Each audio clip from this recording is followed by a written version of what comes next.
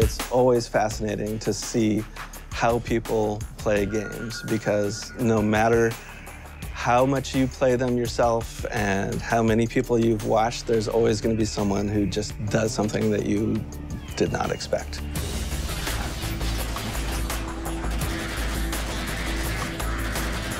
Hey, it's Matt from Polygon. We're here right outside Microsoft's labs where they're doing the final campaign test for Halo 4 a couple months before the game ships. We're gonna go check it out, kind of see what weird science stuff they've got going on.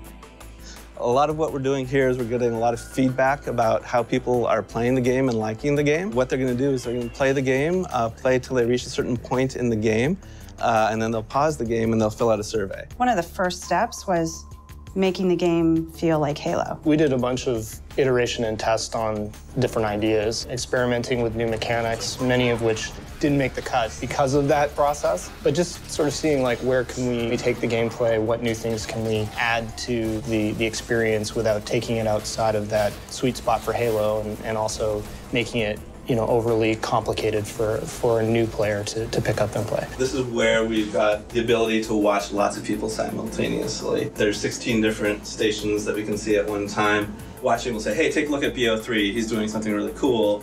Or gosh, C19 is still struggling with this part, and so forth. We've been doing this for a long time, so we've had lots of iterations. So a lot of the stuff has been ironed out already. This is sort of the final cruise. It's a ton of small stuff like we just saw. He was just pointing out to me that there was an enemy stuck in the wall. So you could just see his feet coming out through the wall, and you couldn't tell what it was. So it's like, that's usually what the list is. We're at the point now where we really can't change how the geometry of the level works. Oh, this is where I want a pelican to come by. This was where I wanted all the crates to get. Yeah, at the time it makes a lot of sense, but now I can't make heads or tails.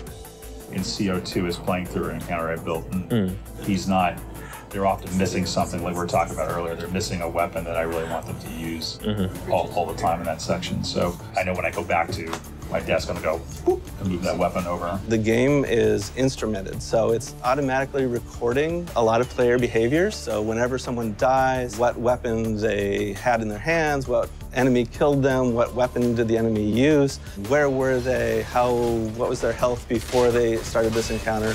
We take all of this information, both the attitude information from surveys and the instrumentation data from the game, and we put them together to get an understanding.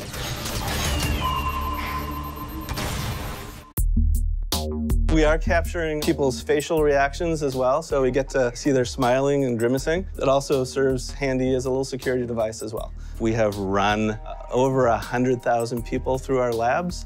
We've had 7 leaks that we know about. I don't know, you get in this mindset where it's so secure that you just don't discuss it anywhere with anybody. Leaking, although it's exciting, is that it actually ruins the ecology for games because it makes teams not want to do this type of research. And this is what makes the games better. You go into every situation, you have a plan, and you think, okay, this is the way that we're gonna do it, and it's gonna work, and it's gonna be awesome.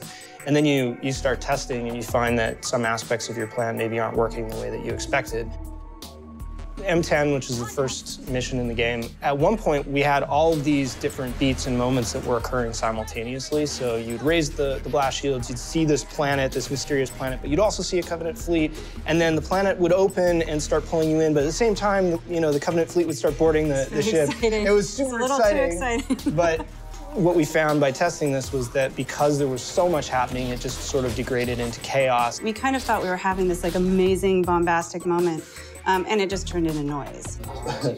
We got survey results back that basically it says, what did you like about this section? And I'm not joking when there's 32 responses. Over half of them wrote the word nothing. I don't like it. Nothing. We poured a lot of time and energy into getting it to that point, but we actually took those beats and those moments and we spaced them at least in 3 discrete areas of the mission. Our goal is for them to play the game and kind of enjoy being in the experience and not to have to sit the controller down and think about, what am I supposed to be doing here? So what did you learn today? We saw lots of different things. Fortunately, we didn't see anything big and major that's broken at this point. We didn't expect to, and I'm glad we didn't. It's been a long journey. It's exciting to get to this point. Long day, long weekend.